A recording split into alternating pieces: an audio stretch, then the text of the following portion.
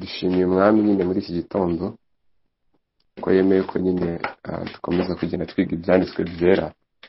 Imana nishimwe kandi nyine ishimwe cyane ko yaduhaye abavandimwe ikaduha n'umuryango, ikaduhereza nyine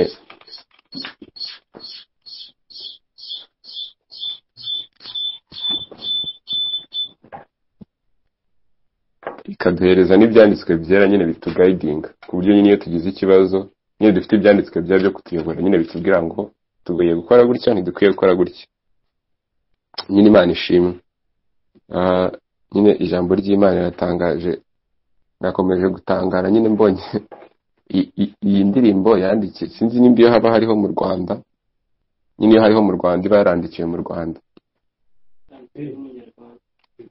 Nyine byantangaje cyane, nahise mbona nyine yuko nyine ibintu tugenda duhura nabyo nyine gukizwa ku bari kumwe. Nyine hari umuntu nyine wibwiraga ko sinzi igihe yandikiwe, ariko yavuze ngo yarakomejwe ngo aranabatizwa ngo atarabona amaraso ya Yesu. Ibyo bintu biratangaje. Kera n'ubundi bakomezaga bakanabatiza abantu badakijwe, ntabwo ari iby'ubu gusa. Rero tugiye kwigana topic y'isabato nyine kugira ngo turusheho kubona umucyo wabyo mu byanditswe byera. Amasomo icyanditswe hanyuma nanjye nsenge.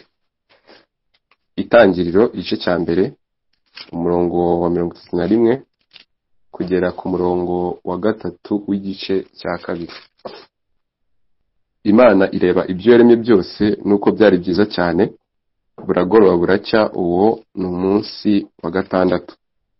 Ijuru n'isi n'ibirimo byinshi byose birangira kuremwa.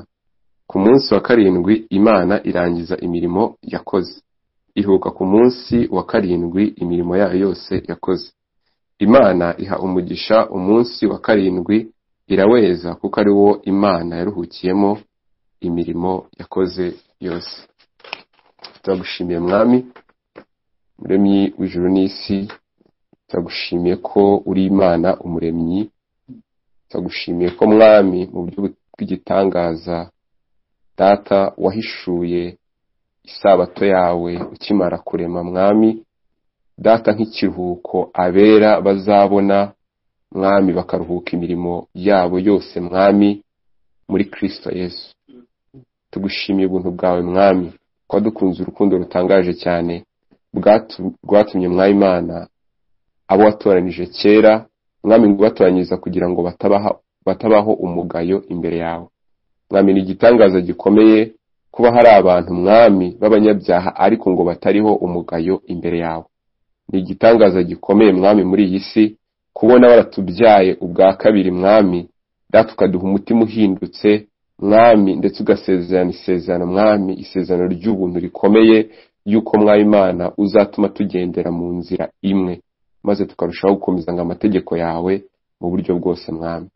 Habwa icyubahiro kubw'urukundo rutangaje wadukunze Mwami. Kuri uyu munsi wawe Mwami turi kwibuka Mwami urupfu n'izuka byawe Mwami, twibuka yuko wazutse kugira ngo dutsindishirizwe Mwami twebwe abantu b'abanyabyaha. Nuko nushimirwe Mwami, nushimirwe ko wazutse Mwami, nushimirwe Mwami kuko washimye guhana Kristo igihe ari ku musaraba, ngo ugashima ngo kumushenjagura ngo ukamubabaza Mwami, kugira ngo umuntu wese uzamenya ibyo ngibyo ngo umugaragu wawe Kristo azatuma uwo muntu aheshwa gukiranuka kandi ngo azikorere gukiranirwa kwe Mwami. Tugushimiye ubuntu bwawe, ubuntu butangaje Mwami utugirira Mwami, ubuntu butangaje watugiriye Mwami, ukaduhereza iki gitabo Mwami kirimo ijambo ryawe, ukakirinda mu myaka myinshi Mwami Imana, ukakirinda mu buryo bw'igitangaza Mwami. Translations zagiye zikorwa kubw'ubuntu bwawe Mwami, ukagenda ufasha abantu kugira ngo Mwami bagende batayobya abantu Mwami muri translation. Turagushimiye kubw'igitangaza gikomeye ko dufite ijambo ryawe mu rurimi rw'ikinyarwanda Mwami. Ni igitangaza gikomeye Mwami ko dufite iki gitabo Mwami, tubasha kurebamo tukavuga ngo umuremyi wacu yatubwiye gukora iki, twihane dukora iki. Uhimbazwe iteka ryose Mwami. Duteranijwe no kwiga ijambo ryawe Mwami Imana.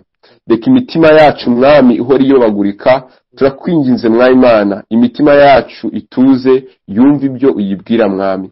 yumve icyo wagennye igihe mwami washyiragaho isabato. Mwami wumve turusheho kumva impamvu y'isabato mwayimana, tutarushaho kugenda tuyobagurika mwami, ahubwo turusheho kubona ukuri mwami. Bana natwe, bana rigiye kuvuga mwami, ni ukuri ndi umuntu w'umunyabyaha mwami, naye ndi umuntu ufite umutima uyobagurika mwami, ariko ndakwinginze by your grace mwami, nanjye nze kwiga mwami, naye ndusheho kunguka mwami hamwe na bene data bose mwami, mu izina rya Yesu Kristo twizeye, amen. Reka nsubiremo, nari imaze gusoma mu itangiriro, turaza kwiga nyine isabato duhereye mu itangiriro, mu isezerano rya kera nyine gukomeza kugera no mu isezerano rishya. Nari imaze gusoma mu itangiriro igice cya kabiri, kanongere, ijuru n'isi n'ibirimo byinshi byose birangira kuremwa. Ku munsi wa karindwi Imana irangiza imirimo yakoze. Iruhuka ku munsi wa karindwi imirimo yayo yose yakoze. Imana iha umugisha umunsi wa karindwi, iraweza kuko ariwo Imana yaruhukiyemo imirimo yakoze yose. Nyine tubona ibyanditswe byera birushaho kutubwira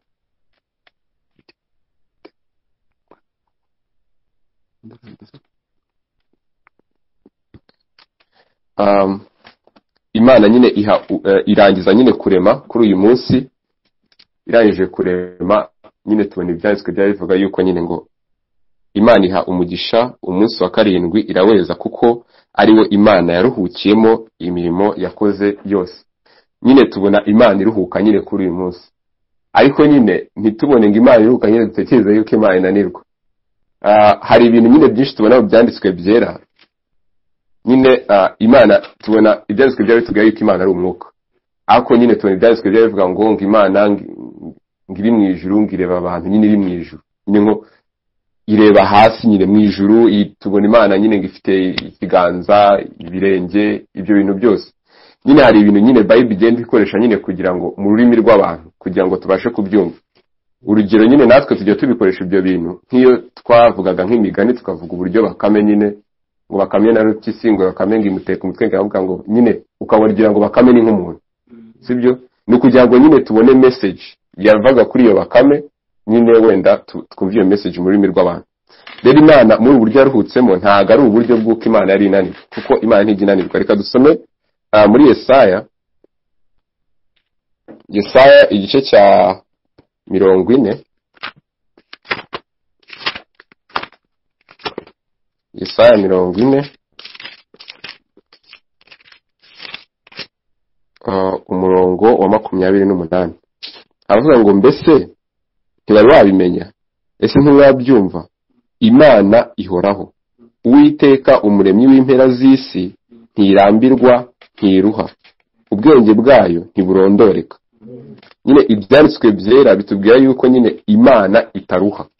Rero nyine urumva ubwo turaza kwitonda, nituza kureba nyine tubona ngo Imana yararuhutse, ubwo nyine ntago ari ukuruha, ntago ari ukuruhuka kuko inaniwe, sibyo? Ahubwo uku kuruhuka gushingiye kuri uyu murongo wa 31 w'igice cya mbere, uvuga ngo Imana ireba ibyo yaremye byose nuko byari byiza cyane, buragoroba buracya, uwo ni umunsi wa gatandatu. Ijuru n'isi n'ibirimo byinshi byose birangira kuremwa. Uku kuruhuka rero ni nk'uko yari irangije kurema, ntago ari ukuruhuka kuko inaniwe, ahubwo ni uko umurimo wo kuremwa wari urangiye. Gusa twongera kubona Imana yongera kurema umuntu amara gucumura. Imana yongera kurema nyine ngo ibicocero nyine nako ihereza nyine ibaga intama nyine ikarema nyine imyambaro y'umuntu, nabyo byashushanyaga Kristo wajyaga kuza. Rero ubu buruhukiro bwa mbere na mbere bushingiye ku Mana, kuko niyo yari imaze kurema, sibyo?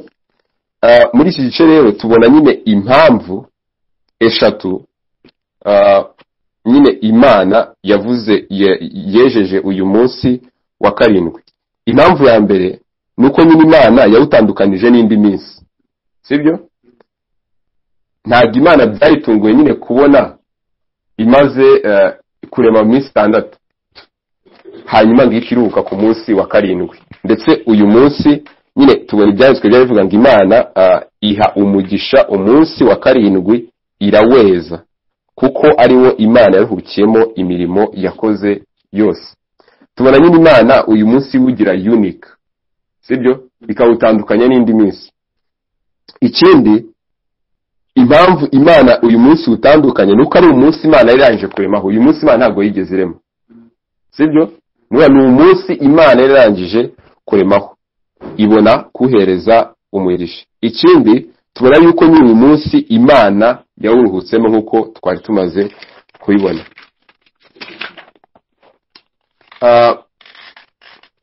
Rero ukomeje iki gitabo cy'Itangiriro usanga nyine ntago Adamu yigeze ahabwa itegeko ryo kuruhuka uyu munsi. Niyo kuvuga ngo kuko itegeko rya mbere riza cyangwa se isabato nk'itegeko biza mu gice cyo mu Kuva igice cya 16 Abisirayeli bavuye muri Egypt. Ntabwo mbere abantu nyine Imana yigeze itanga itegeko ry'isabato nko kuruhuka, sibyo? Ahubwo tubona nyine iyi sabato ishingiye ku Mana ndetse n'isabato y'Imana n'uburuhukiro bw'Imana ko yarirangije kurema, sibyo? Ni ukuvuga muri iki gice cyose kugeza icyo gihe isabato ndetse no kugeza n'ubu nyine isabato igaragara ko ari isabato y'Imana. No tukaza kubona wenda mu Isezerano Rishya ibyo turaza kugenda tubona, ariko isabato muri iki gice nta hantu Adamu nyine tubona yigeze ahabwa itegeko ryo kuruhuka isabato, sibyo? Rero isabato nyine ikintu igomba kwibutsa abantu gishingiye kuri iki gice cya 2 ni ukubera Imana yari irangije kurema. Ni ukuvuga isabato itwibutsa creation cyangwa se iremwa, yuko Imana yaremye ibintu byose tubonesha amaso mu minsi 6. Nyine Imana yaremye isi yose, universe, mu minsi 6. Ni ukuvuga iyo turi kuvuga isabato dushingiye kuri iki gice ni ukuvuga n'isabato kuko Imana yarangije kurema. Reka dusome noneho igice cya 16 mu Kuva, no turebe noneho Imana itanga n'itegeko ry'isabato. Kuva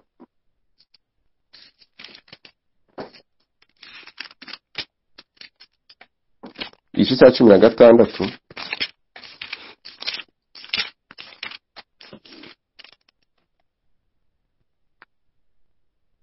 igice cya 16 umurongo wa 23 haravuga ngo, reka duhere kuri 22, ku wa 6 bateranya ibyo kurya bingana 2 n'ibyo bajyaga bateranya ingero 2 za omeru z'umuntu wese. Abakuru b'iteraniro bose baraza babibwira Mose. Arabwira ati, ibyo nibyo Uwiteka yavuze ati, ejo uzaba umunsi wo kuruhuka, isabato yerejwe Uwiteka.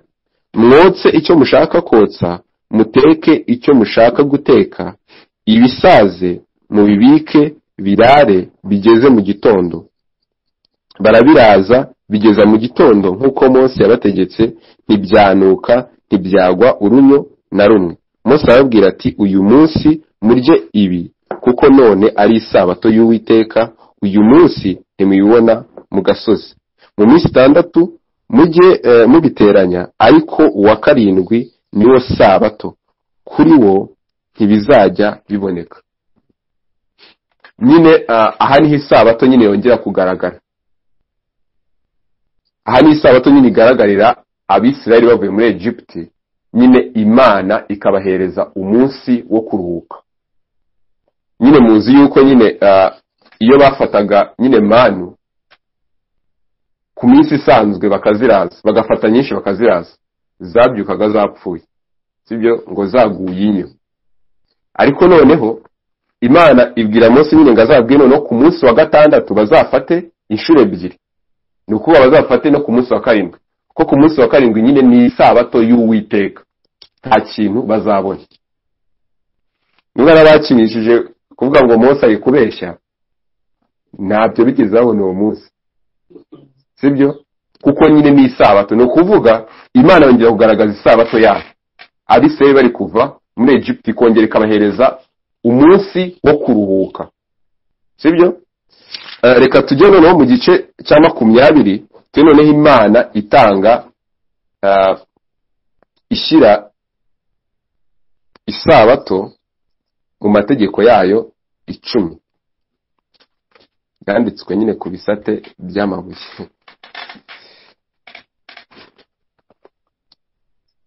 Igice cya 20 umurongo wa 8, wibuke kweza umunsi w'isabato. Wibuke kweza umunsi w'isabato, mu minsi 6 ujye ukora, aba ariyo ukoreramo imirimo yawe yose. Ariko uwa 7 niwo sabato y'Uwiteka, ni isabato y'Uwiteka Imana yawe. Ntukagire umurimo wose ukoraho, wowe ubwawe cyangwa umuhungu wawe cyangwa umukobwa wawe cyangwa umugaragu wawe cyangwa umuja wawe cyangwa itungo ryawe cyangwa umunyamahanga wawe uri iwanyu.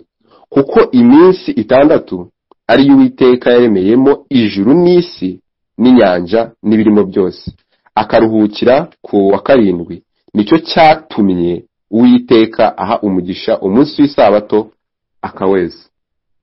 Mwumvisha uburyo nyine hano Mose ari kwandika nyine aya mategeko y'Imana Imana yatanze, nyine itanga n'impamvu y'uwo munsi, ngo ko iminsi 6 ari ye Uwiteka yaremeyemo ijuru n'isi n'inyanja n'ibirimo byose, akaruhukira ku wa 7. Nicyo cyatumye, sibyo? Nicyo cyatumye Uwiteka aha umugisha umunsi w'isabato akaweza. None hano tubonye umunsi w'isabato noneho Imana iwushyira mu mategeko, ariko mu mategeko yose Imana yatanze, isabato ni itegeko riri hagati y'andi mategeko.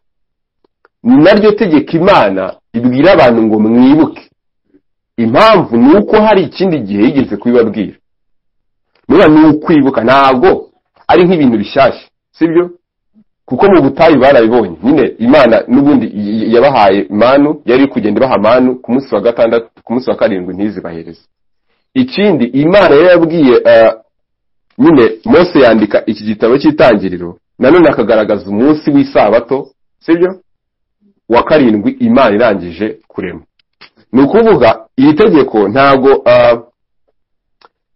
bimeze nk'aho ari rishya, kuko ni Imana iri kubibutsa mari magambo ko yaremye. Mwibuke iki kintu, sibyo? Ni itegeko ryo kubibutsa ko yaremye, maze bakaruhuka uwo munsi bibuka ko Imana yaremye. None reka turebe mu gice cya 31, nyine ubundi buri sezerano rigira ikimenyetso, sibyo? Buri sezerano rigira sign.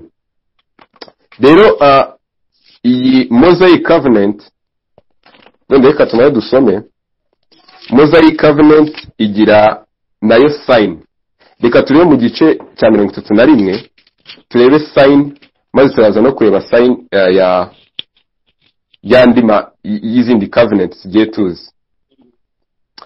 Igice cya 31 cyo mu Kuva, umurongo duhere ku murongo wa 12. Uwiteka abwira Mose ati, kandi ubwira Abisirayeli uti, ntimukabure kuziririza amasabato yanjye, kuko ariyo kimenyetso hagati yanjye namwe mu bihe byanyu byose, kugira ngo mumenye yuko ndi Uwiteka ubeza.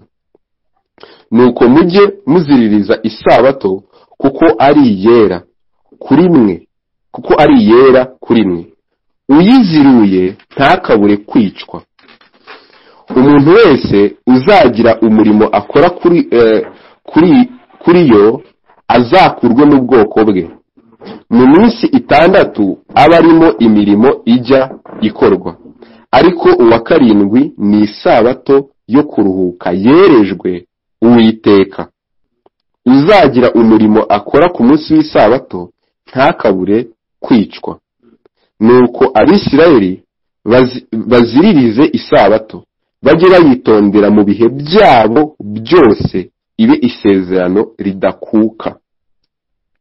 Ni ikimenyetso cy'iteka ryose hagati yanjye n'Abisirayeli, kuko iminsi 6 ari Uwiteka yaremeyemo ijuru n'isi, ku wa karindwi akarorera akaruhuka. Amaze kuvugana na Mose ku musozi Sinayi, Uwiteka muha ibisate by'amabuye 2 biriho ibihamya byandikishijweho urutoki rw'Imana. Ni ukuvuga mbere yuko Imana ihereza Mose ibisate 2, yamanjije kumusobanurira ikimenyetso cy'iri sezerano imuhaye. Ni ukuvuga isabato ni sign ya Mosaic covenant. Wenda kugira ngo tunabirebe neza, reka tumare turebe n'andi masezerano nka Abrahamic na Noah covenant. Nyine ubwo ni isezerano ryo ryasezeranyijwe nyine Aburahamu ndetse na Noah. Tumare turebe nyine ko buri sezerano nyine rigira sign, sibyo? Rigira ikimenyetso kugira ngo tuze kwemera ko nyine koko isabato ari ikimenyetso cy'i Mosaic covenant cyangwa se iri sezerano rya Mose, sibyo? Reka turambure muri Genesis mu itangiriro igice cya 9. Itangiriro igice cya 9, ture ku murongo wa 8 n'umurongo kugera ku murongo wa 13. Imana ibwira Nowa n'abana be iti, ubwanjye nkomeje isezerano ryanjye namwe n'urubyaro rwanyu ruzakurikiraho, n'ibifite ubugingo byose muri kumwe, inyoni n'ibisiga n'amatungo, n'inyamaswa zo mu isi zose hamwe namwe, ibisohotse mu nkuge byose, inyamaswa zo mu isi zose. Ndakomeza isezerano ryanjye namwe, ibifite umubiri byose ntibizongera kurimburwa n'amazi y'umwuzure. Muri isezerano Imana isezeranye. Kandi ntihazabaho ukundi umwuzure urimbura isi. Imana iravuga iti, iki nicyo kimenyetso cy'isezerano nsezeranye namwe n'ibifite ubugingo byose muri kumwe, kugeza ibihe byose. Nshyize umuheto wanjye mu gicu, niwo mukororombya uzaba ikimenyetso cy'isezerano ryanjye n'isi. Sibyo? Iki ni ikimenyetso cy'isezerano Imana isezeranyije hano. Sibyo? Murabona ko nyine Imana isezeranyije ikintu igashyiraho n'ikimenyetso cyacyo, nyine kugira ngo ibereke ko icyo kintu kidakuka, ari yo ubwayo byivugiye. Sibyo? Iri rero ni iki nicyo kimenyetso cy'isezerano rya Noah covenant. Reka noneho turebe ikimenyetso cy'isezerano rya Abrahamic covenant, nyine isezerano ryasezanijwe Aburahamu. Mu itangiriro igice cya 17, mu itangiriro igice cya 17, turahera ku murongo wa 9 tugeze ku murongo wa 14. Haravuga ngo Imana yongera kubwira Aburahamu iti, nawe uzakomeza isezerano ryanjye, wowe n'urubyaro rwawe ruzakurikiraho, kugeza ibihe byabo byose. Iri ni ryo sezerano ryanjye muzakomeza, riri hagati yanjye namwe n'urubyaro rwawe ruzakurikiraho. Umugabo wese muri mwe azakebwa, muzakebwa umunwa w'ibyo mwambariye, kizaba ikimenyetso cy'isezerano ryanjye namwe. Umuhungu wese muri mwe uzaba amaze iminsi 8 avutse azakebwa, bigeze ibihe by'ingoma zanyu zose. Uzaba avukiye mu rugo rwawe cyangwa utari uwo mu rubyaro rwawe, waguzwe n'ifeza n'abanyamahanga, uvukira mu rugo rwawe n'uwaguzwe igiciro, bakwiriye gukebwa. Kandi isezerano ryanjye rizaba ku mibiri yanyu, ribe isezerano rihoraho. Kandi umugabo utakebwe umunwa w'icyo yambariye azakurwa mu bwoko bwe, azaba yishe isezerano ryanjye.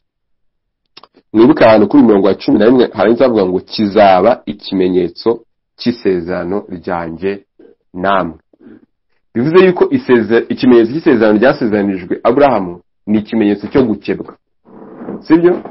Rero ikimenyetso cy'isezerano ryasezeranijwe Mose ku musozi wa Sinayi ni isabato, uburuhukiro, nk'uko twabisomye. Si mwabibonye mwebwe?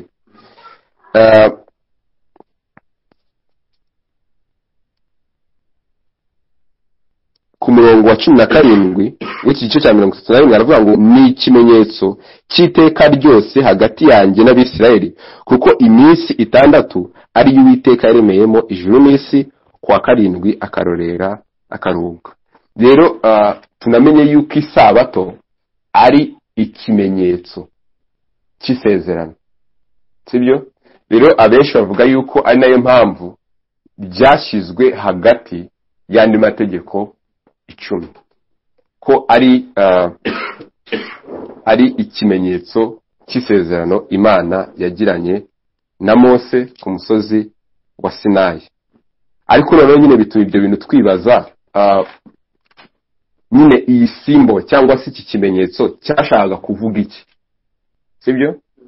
Ikimenyetso cyashakaga nyine kuvuga iki? Kuko tubona mu byanditswe byera nyine abantu bakurikiza iki kimenyetso nk'itegeko nyine bakaruhuka uyu munsi, sibyo? Ndetse rwose umuntu akicwa mu gihe Imana yabivuze nyine, kuko twabisomye, mu gihe umuntu yawuziruye akicwa, sibyo? Nyine kuki Imana yakomezaga iki kimenyetso muri uru rwego rumeze gutya, ndetse ikagishyira no hagati mu mategeko 10? Byajyaga nyine gusura iki? Ko tubona ibyanditswe byabivuga ngo Yesu kugira ngo nyine yungure ngo intumwa azibwira yuko nyine mu mategeko nyine amategeko ndetse n'ibyahanuwe byose bivuga Kristo, bipointinga kuri Kristo.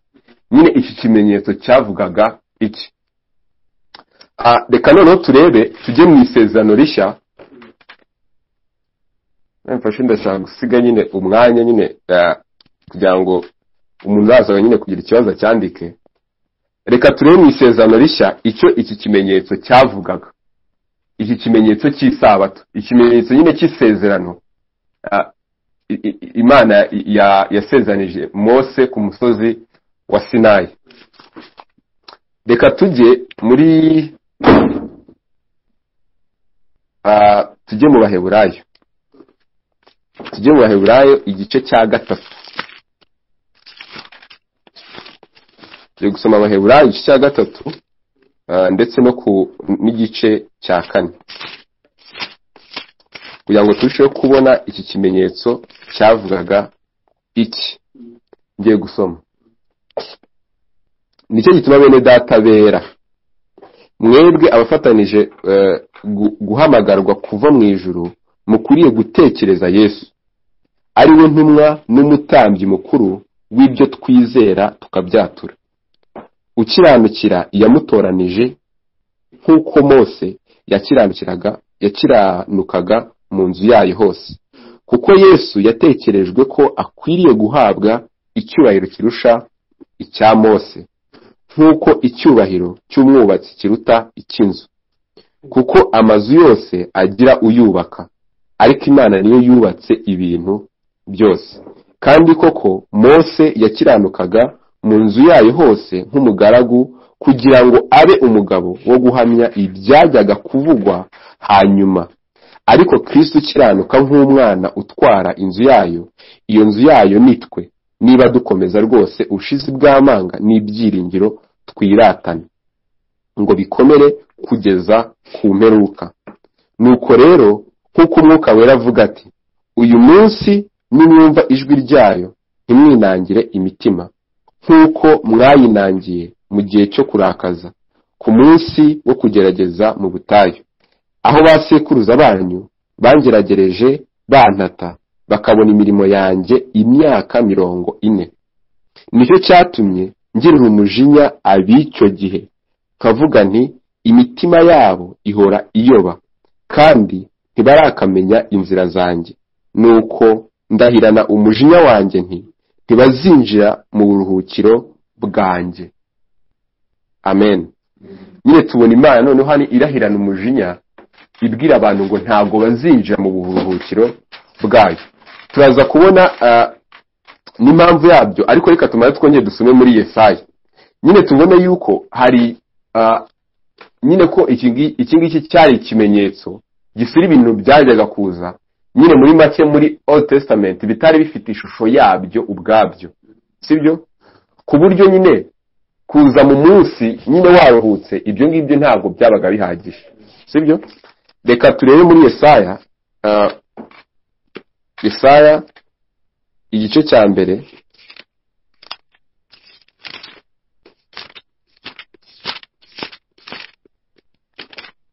Yesaya igice cya mbere, tujye dukomeza mu Baheburayo. Yesaya igice cya mbere umurongo wa 13 kugeza kuri 14. Havuga ngo ntimukongere kuntura amaturo atagira umumaro, imibavu ni ikizira kuri jye, imboneko z'amezi n'amasabato no guteranya amateraniro ndabirambiwe. Ibyaha bivanze no guterana kwera bikurweho. Imboneko z'amezi n'iminsi mikuru byanyu mwategetswe umutima wanjye urabyanga, birananiye ndushye kubyihanganira. Nimutege ibiganza nzabima amaso, ndetse nimunsenga amasengesho menshi sinzayumva, ibiganza byanyu byuzuye amaraso. Ni ukuvuga kubera gukiranirwa kw'abantu nyine bituma Imana ibona yuko baje guterana ku masabato, Imana irabyanga, sibyo? Bivuze yuko kuza ku munsi w'isabato nyine waje guterana ntago ariyo meaning y'uburuhukiro Imana yashakaga kuvuga, sibyo? Rero tugira ngo tuze nyine kureba nyine ko tubone ibyanditswe byabigenda bitwereka yuko nyine ibya kera byari igishushanyo, nabyo turaza kugenda tubibona. Reka turebe nyine muri nyine umuvandimwe nyine Jean Calvin yaravuze ngo nyine Imana ishimwe ko twebwe mu buryo bw'igitangaza nyine ntago yashimye kutwereka ibyo bintu mu gishushanyo nyine ngo dukomeze tuyobagurika, sibyo? Ahubwo kubw'ubuntu bwayo bw'igitangaza nyine twisanze turi muri iki gihe Imana yahishiye ibintu byose, tuzarinda kwibaza nyine nk'ibyashushanyaga iki ngo nyine ngo nkurikire shadow, nkurikire igicucu, ahubwo twe dufite nyine ishusho nyayo y'ibyo bintu niyo dukurikira, sibyo?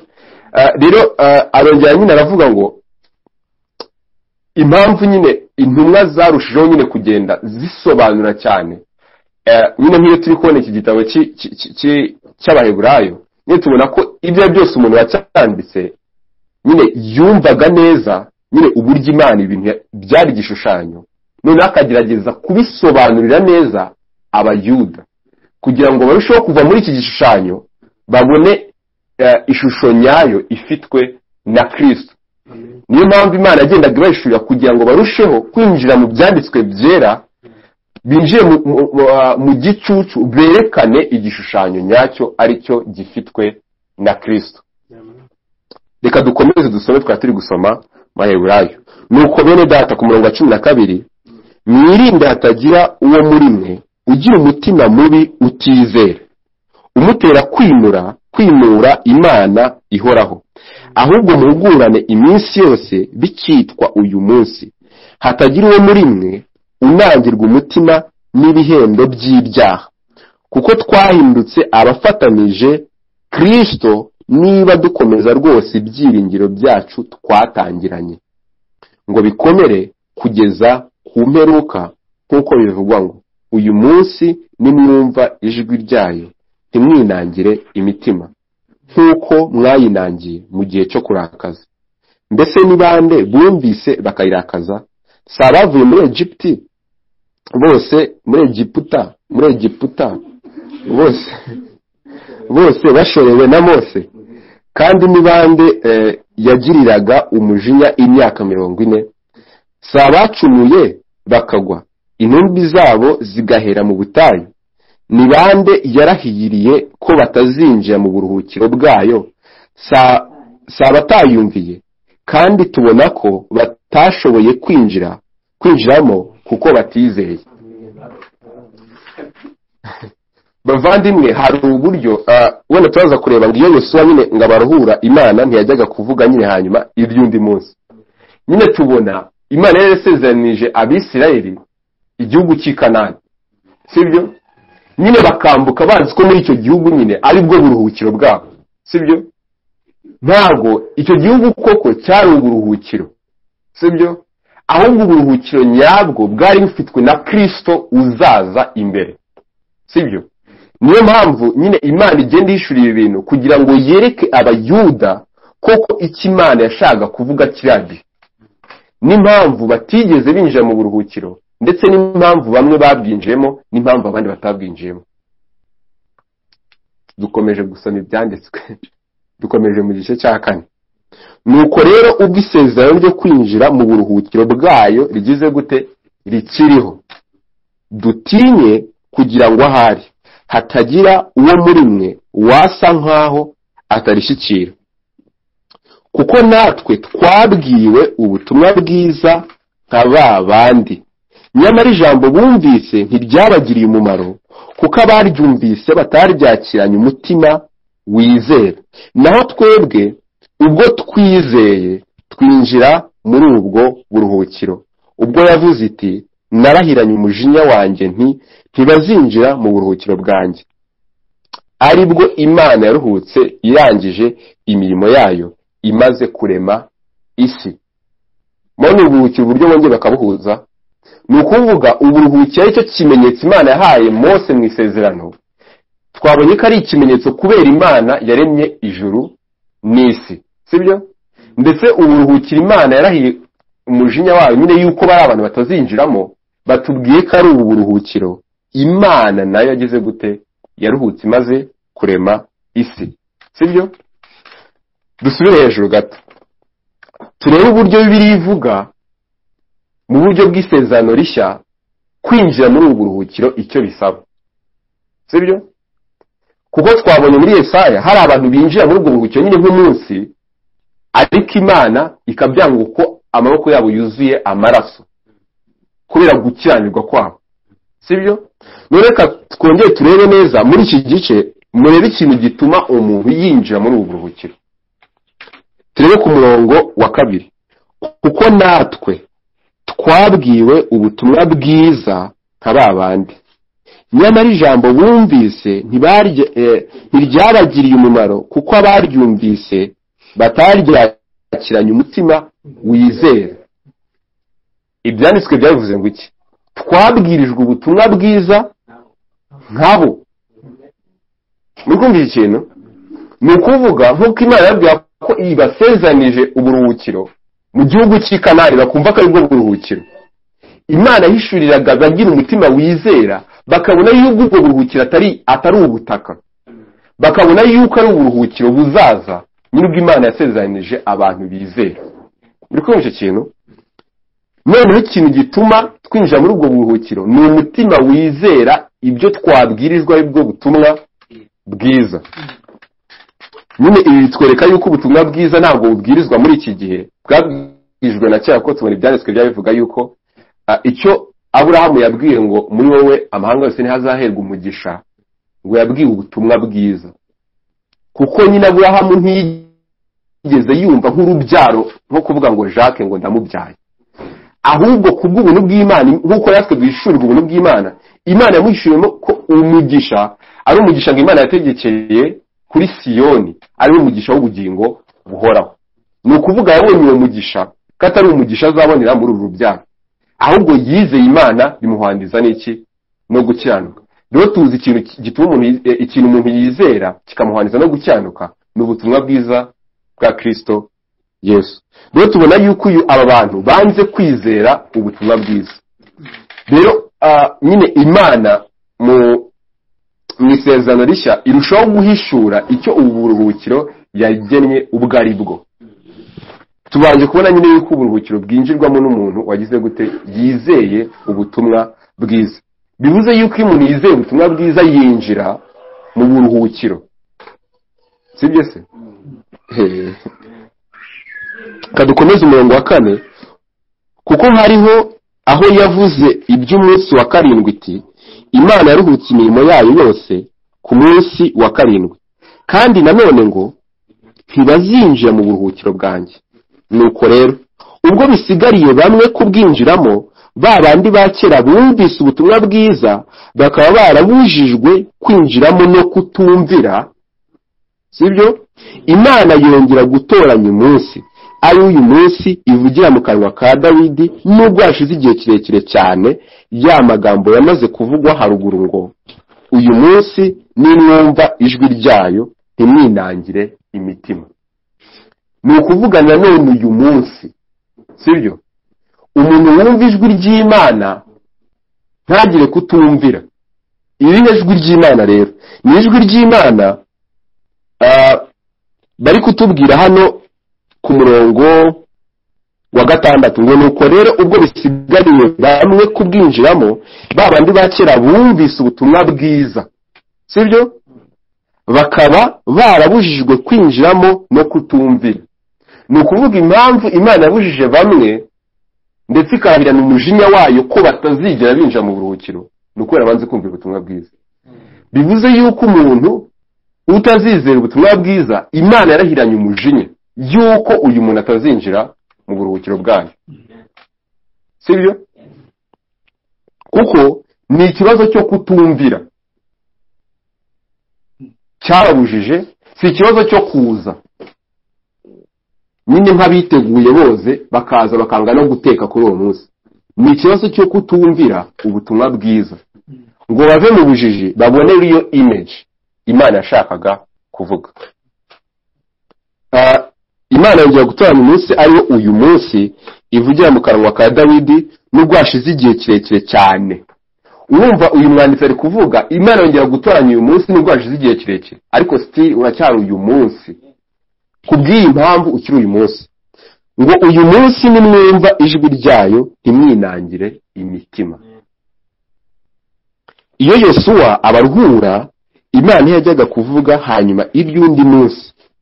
Ni ukuvuga uyu mwanditsi nyine kubw'ubuntu bw'Imana, nyine Imana yahereje nyine ubu buntu bwayo bene data kugira ngo barusheho gusobanura neza ibyari igishushanyo. Aba bantu bari bounded cyane kuri byo.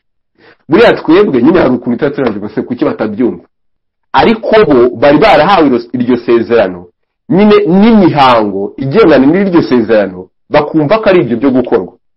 Niyo mpamvu Imana nyine igenda itanga ubuntu bwayo ikaduha n'ijambo ryayo, ikaba ari ijambo ryayo kugira ngo barusheho gusobanukirwa neza yuko ibyo bintu bategekwaga Yosuwa atigeze abaruhura nubwo bambutse.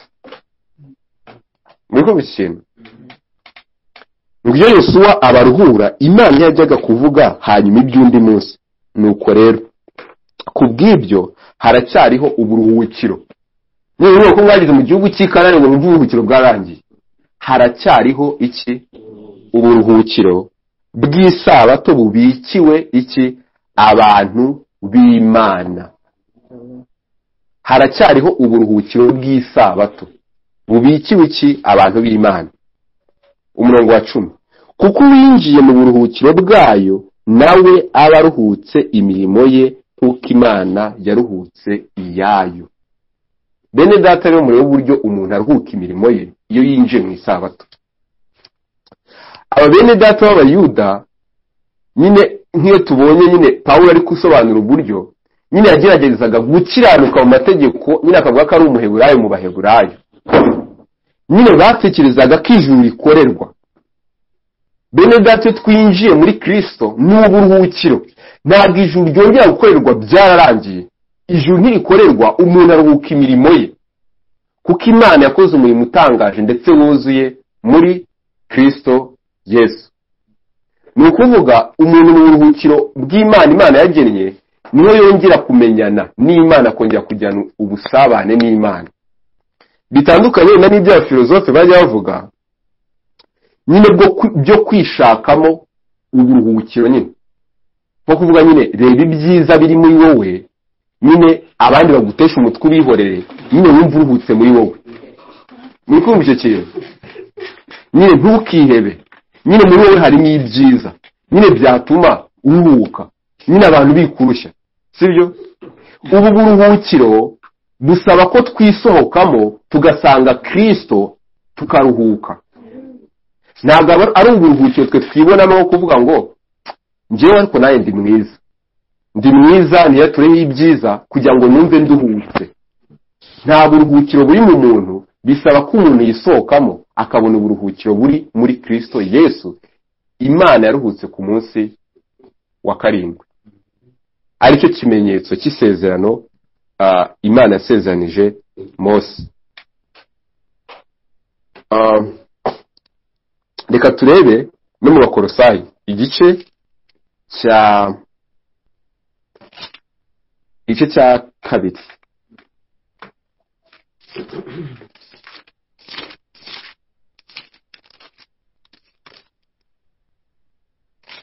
Abakolosayi igice cya kabiri umurongo wa 11 kugeza tusome ku murongo wa 11 kugeza ku murongo wa 16. Muri nahageze muri we ni namo mwakerewe gukebwa kutari ukw'intoki. Mwibuka ikimenyetso twabonye cya Abrahamic Covenant? Ni ukuvuga ubwacyo ntabwo cyari cy'ubwacyo, cyarushanyaga Kristo. Nyine ko muri Kristo ariho dukebwa. Muri kumva ikintu? Niba gukebwa ntabwo ari ko gutanga agakiza, ahubwo kwizera Kristo niko gukebwa nyakuri. Ni ukuvuga byari ibimenyetso Imana yerekanaga by'ibizaba. Ni ukuvuga bahereye kuri iki kimenyetso cyahawe nde? Aburahamu.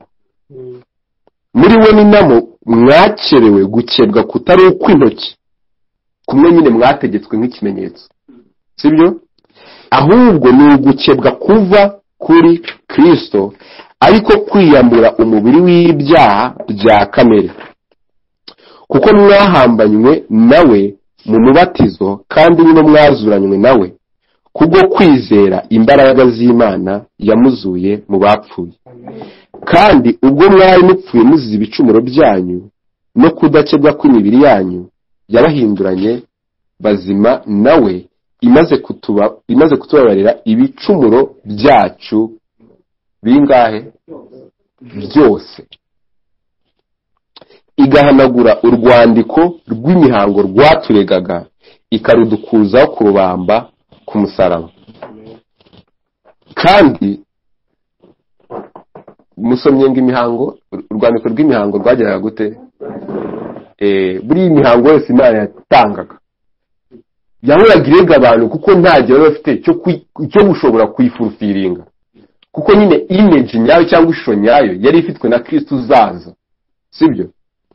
Kandi imaze kunyaga abatware n'abafite ubushobozi, ibahemura ku mugaragaro, ibivuga hejuru kubw'umusaraba. Nuko rero ntihakagire ubacira urubanza kubw'ibyo murya cyangwa ibyo munywa, cyangwa kubw'iminsi mikuru, cyangwa kubwo kuziririza imboneko z'ukwezi, cyangwa amasabato. Impamvu yabyo rero 17 ngo kuko ibyo ari igicucu cy'ibizaba, naho umubiri wabyo ufitwe na Kristo. Nyine Imana ishimwe kubw'ubuntu bwayo ko yagiye ihishura Kristo mu isezerano rya kera. Ibintu byari bifite umubiri wabyo wari ufitwe nande? Na Kristo. Dore ibintu ni ibiki? Ni ukuvuga ntihakagire ubacira urubanza, ntihakagire umuntu ubacira urubanza kubw'ibyo mwariye, muri kumva ikintu? Kubw'ibyo kurya cyangwa ibyo munywa, cyangwa kubw'iminsi mikuru, cyangwa kubwo kuziririza imboneko z'ukwezi, cyangwa amasabato. Hari igihe akenshi tuvuze ngo amasabato, nyine bahita bavuga ngo ni amasabato menshi, ngo ariko ntabwo ari iriya sabato iri mu ki? Ntacyo, reka aho tuhihorere, sibyo? Iyo biri kuvuga ngo cyangwa kubw'iminsi mikuru, yego umuvandimwe arakoze, n'ubwisomye mu Cyongereza ntabwo bashyiraho Sabbath, ni Sabbath, sibyo? Ariko reka turebe iyo birivuze ngo kubw'iminsi mikuru, sibyo? Turebe iminsi mikuru bagiraga iyo ariyo. Iminsi mikuru Imana yashimye ko ibaho ni iyihe minsi mikuru, sibyo? Tujye mu Balewi.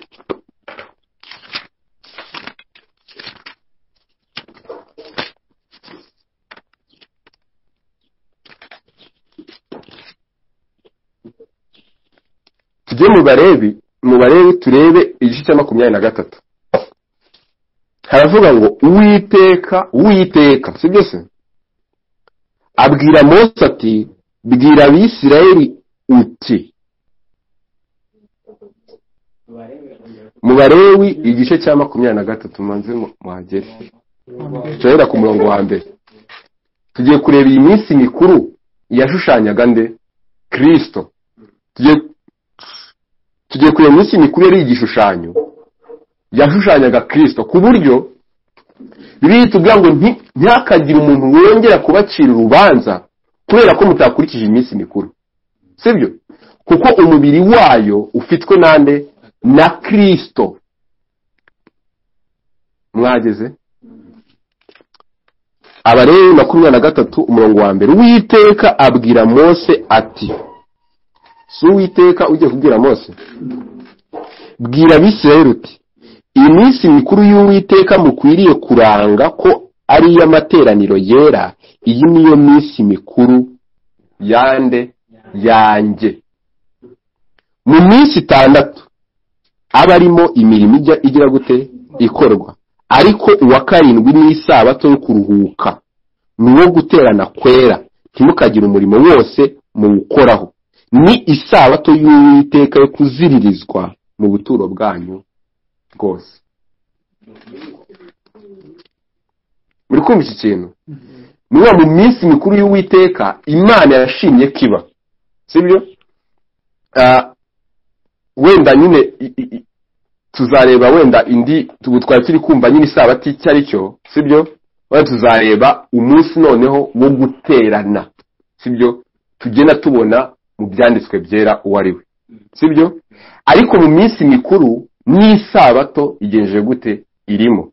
Rero ibyanditswe byabitubwira gute ngo nuko ntihakagire ubacira urubanza kubw'ibyo murya cyangwa ibyo munywa cyangwa kubw'iminsi mikuru cyangwa kubwo kuziririza imboneko z'iki z'ukwezi cyangwa amasabato, kuko ibyo ari igicucu kibizaba. Hari abantu nyine abantu batarya ingurube nyine ko yari igicucu, sibyo? Bangize bagakira n'urubanza abayirya, sibyo? Kubera yuko bagendera mu gicucu, sibyo? Umubiri wabyo ufitwe nande ibi ni ibyanditswe byera. Imana ishimwe kuko yagiye duhishurira nyine Kristo mu byanditswe byera guhera mu isezerano rya kera, ndetse ikaduhishurira Kristo wari we mu isezerano bishya, ikatwereka n'ubwo buruhukiro ubwo ari bwo n'uburyo bwo kubwinjiramo. Rero bavandimwe, umubiri w'ibyo bintu byose ufitwe nande na Kristo, sibyo? Rero dukurikire Kristo ngo tumwumvire bavandimwe. Muri ko ikintu Yesu yabwiraga abafarisayo ngo ninjye mwami w'iki, mu kuvuga ngo ninjye wayihanze. Ubwo babwira ngo nimba muri kuvuga ngo nishe isabato cyangwa abigishwa bayishe, ari njye wayihanze, ari njye watanze n'itegeko ngo uyiziruye yicwe, murumva nyine mundusha kugirira impuhwe isabato? Ariko Kristo yari kwerekana icyo isabato yavugaga. Reka dusome no mu Galatiya igice cya 4 umurongo wa 9. Abagalatiya igice cya 4 umurongo wa 9 haravuga ngo ariko none mwahageze, ariko none ubwo mwamenye Imana, kandi cyane cyane ubwo mwamenywe nayo, ni iki cyatumye musubira inyuma mu bya mbere bidafite imbaraga kandi bikena umumaro, mugashaka kongera kuba imbata zabyo, muziririza iminsi n'amezi n'ibihe n'imyaka? Ku bya mbere bikena iki? Nta mumaro bigifite. Umumaro bifite ni uko bitwereka Kristo uwo ari we.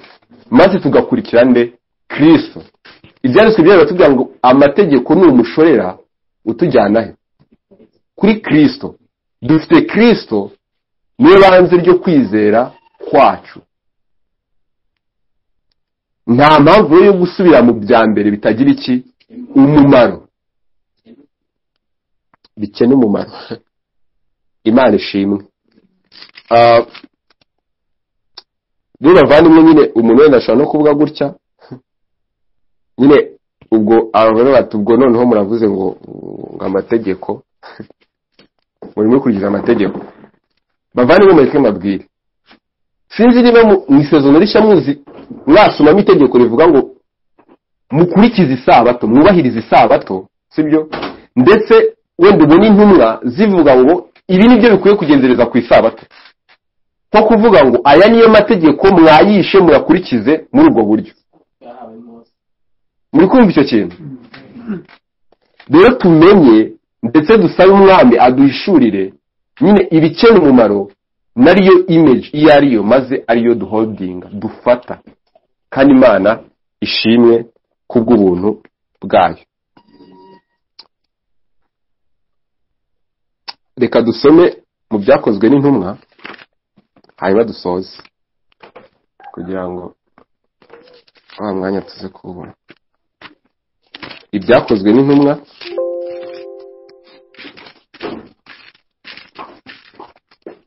igice cya 15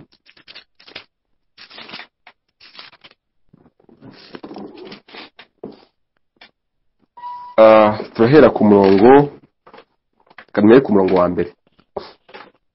Nuko mwageze, nuko abantu bamwe bavuye i Yudaya bigishaga bene data bati nimudakebwa nk'uko umugenzo wa Mose uri, ntimubasha kugira gute? Habaho impaka nyinshi n'imburanya kuri Pawulo na Barinaba n'abo bantu, maze bene data bahuza inama yo gutuma Pawulo na Barinaba n'abandi muri bo kujya i Yerusalemu ku ntumwa n'abakuru kugira ngo bajye inama y'izo mpaka.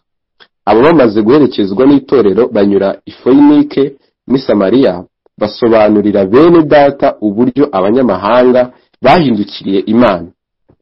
Ibyo bituma bose banezerwa umunezero mwinshi. Basohoye i Yerusalemu, ab'itorero n'intumwa n'abakuru barabakira, nuko nabo babatekerereza ibyo Imana yakoranye nabo byose. Ariko bamwe bo mu gice cy'abafarisayo bizeye barahaguruka, bavuga yuko abanyamahanga bakwiriye gukebwa no gutegekwa kwitondera amategeko yande.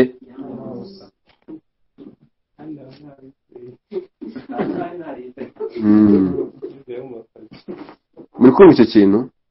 Aha, ni ukuvuga ikintu kiri hano ni iki ngiki. Ni ikibazo cy'abantu bizeye b'abanyamahanga, sibyo? Bashaka ko bazana imihango yose barafite ngo nayo bayibikoreze. Muri kumva icyo kintu? Ku murongo wa 6 nyine intumwa, sibyo? Ibyanditswe byari biratubwira ngo twubatswe ku rufatiro rw'intumwa n'abahanuzi. Abene data ngo batuma Pawulo na Barinaba kujya ku bakuru n'intumwa, sibyo? Kugira ngo nyine barebye kugenzereza nyine izi mpaka, nyine uburyo bwo ese nyine dukurikiza aya mategeko, dukurikize iyi mihango yo gukebwa. Murumva ishu yari ihari. Abanyamahanga bizeye, muri ko turi abanyamahanga bizeye, dukurikize, ni ukuvuga iyi nama yaraturebaga, dukurikize imihango yose yavugwaga, dukurikiza kwitondera amategeko ya Mose hamwe no gukebwa, sibyo? Ni iyo nama yari igiye gukora, sibyo? Ku murongo wa 6 intumwa n'abakuru, intumwa n'abaki n'abakuru bateranira kujya inama y'ayo magambo. Habaho imburanya nyinshi, maze Petero arahaguruka arabwira ati bagabo bene data, muzi yuko kera Imana yantoranyije muri mwe kugira ngo akanwa kanje abe ariko abanyamahanga bumvamo ijambo ry'ubutumwa bwiza bizera. Imana irondora imitima y'abantu yarabahamije ubwo yabahaye umwuka wera nk'uko yamuduhaye natwe. Muribuka nyine Petero bashaka kumubaza nyine ajya kwa Korneliyo, akababwira uko byagenze, akavuga ko yabonye bahabwa umwuka wera, ndetse bakavuga mu ndimi. Impamvu ko kuvuga mu ndimi kwari kugira ngo Imana imuhereze sign cyangwa ikimenyetso yuko abanyamahanga bakizwa nk'uko nabo bakizwa, kuko nabo tubona bahabwa umwuka wera kuri Pentecote, sibyo? Bagahabwa umwuka wera bakavuga mu ndimi, mbere biramutangaza ngo bahawe umwuka wera nkatwe. Abuze mu ndimi zo kwa Petero kandi barabanyamahanga. Muri kumva icyo kintu? Aha, ubwo yabahaye umwuka wera nk'uko yamuduhaye natwe, ntiyashyiraho itandukaniro ryacu nabo, ahubwo yogesheje imitima yabo kwizera. Nuko n'iki gitumye mugerageza Imana, mwikoreza abigishwa imitwaro ba sogokuruza batashoboye kwikorera, ndetse natwe nuko. Niyo kubabwira ngo mureke kwijijisha. Ibi bintu muri kwikoreza abandi, mwebwe mwabyikoreye birashoboka. Ni iki gitumye nyine mugerageza Imana? Ku buryo icyo kintu ari kuvuga ko ari ukugerageza Imana, niba Imana yarabemeye ikabogesha imitima yabo kwizera, bakizera ubutumwa bwiza, bagahabwa umwuka wera ngo nuko natwe. Izo ni intumwa ziri kuvuga, nabo bawuhawe. Ni iki gitumye muri kugerageza Imana? Imana itarashyizeho itandukaniro ryacu n'intumwa, sibyo? Ahubwo bikogesha imitima yacu kwizera.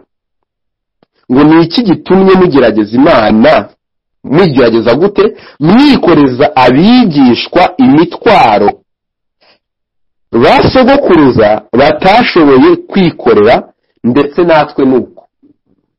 Ni ukuvuga Petero ngo Imana yahaye akanwa ko kuvuga ubutumwa bwiza mu banyamahanga, ari kubona yuko ibi bintu byose abantu bashaka kubikoreza ngo ni imitwaro batigeze nabo ubwabo babasha kwikorera. Ibintu muri kwibona 11. Ahubwo twizera yuko ubuntu bw'Umwami Yesu ari bwo buzadukiza, nk'uko nabo bazakizwa nabwo. Ni ukuvuga iyi mitwaro muri kubikoreza n'abasogokuruza bikoreye byarabananiye, bituma twizera ko tuzakizwa n'ubuntu. Sibyo? Impamvu yo gukizwa n'ubuntu nyine bizeye ibyo bintu nuko iyo mitwaro ni imitwaro kuko yarabananiye. 12. Abahateraniye bose barahora. Amaze kuvuga ngo mureke nyine nko kuvuga ngo nimwijijisha ibintu mwe mwarabikoze. Abahateraniye bose bagira gute? Barahora. Bumva uko Barinaba na Pawulo babatekerereza ibimenyetso n'ibitangaza byose Imana yabahaye gukora mu banyamahanga. Barangije kuvuga, Yakobo aravuga ati, bagabo bene data mu nyumve. Simoni yabatekerereje uko Imana yatangiye kugenderera abanyamahanga, kubatoranyamo ubwoko bwo kubaha izina ryayo. Amagambo y'abahanuzi ahura n'ibyo nk'uko byanditswe ngo, hanyuma y'ibyo nzahindukira nongere nubake inzu ya Dawidi yaguye, nzasana ahasenyutse hayo nyihagarike, kugira ngo abantu basigaye bashakane Uwiteka n'abanyamahanga bose bitirirwe izina ryanjye. Niko Uwiteka avuga, ari gukora ibyo byose, abimenye uhereye kera kose. Nico gitumye ubwanjye ntegeka ko tureka kurushya abo mu banyamahanga bahindukirira Imana. Mwumve iyi authority, ubu butware. Kansubiremo.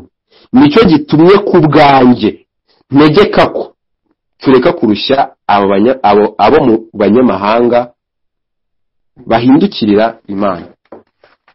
Mutaza gutekereza yuko ubu butware ari ubwa Yakobo. Nyine muri igice tumaze gusoma muri nyine muri igice nyine dusoma turi gusoma igice cya 7 cy'Abakorinto. Mubona ahantu Pawulo agenda avuga ngo iri ni itegeko ry'umwami, ariko ibi ni nge bibabwira nyine nkanje, iri ni itegeko. Ariko amaze kuvuga ati nkanje bibabwira, sibyo?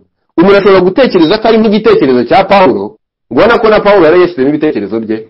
Oya, ahubwo impamvu ni ukubera Pawulo yavuga ngo ni itegeko ry'umwami, kuko umwami yaraho yigeze gutanga iryo tegeko, avuga ngo ntimukahukane, sibyo se? Yari ari gukotinga umwami wacu, sibyo?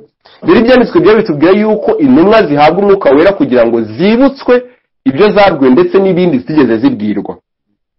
Nyine kuko yavuze ngo nanjye ngira ngo mfite umwuka w'Imana. Ni ukuvuga yabivugaga bivuye ku Mana, ariko ari bishya, rimeze nk'itegeko rishya ari witanze bushyashya, ariko rivuye hehe? Ku Mana. Niyo mpamvu nitubona Yakobo avuga ngo nicyo gitumye ku bwanjye ntegeka, arabizi ko ku giti cye adategeka mu bw'Imana, sibyo? Ahubwo ubutware Imana yamuhaye ari bwo akoresha. Ni ukuvuga Imana ubwayo niyo yategetse ibi, sibyo se? Abo mu banyamahanga bahindukira Imana ko batagomba kurushywa. Ariko 20, ahubwo tubandikiye ngo bareke ibihumanya by'ibishushanyo bisengwa no gusambana n'ibinizwe n'amaraso, kuko uhereye kera kose Mose afite mu midugudu yose ababwiriza ibye bisomerwa mu masinagogi ku masabato yose. Bavandimwe, mutekereze ikintu. Iyo aba yari ishikomeye yo kutubwira ngo mwitondere ibi ku munsi w'isabato, bari kubivuga. Muri kumva ikintu? Muri kumva amategeko bagiye bavuga, ariko barabizi ko isabato yashushanyaga nde? Kristo, sibyo? Rero ngewe soreje aha namwe muri show gukora research, wenda ikindi gihe tuzareba nyine umunsi w'amateraniro. Turanyine byanditswe avuga ku isabato nkuko bamenyereye bajya gutana, nkuko Yesu yamenyereye ku isabato.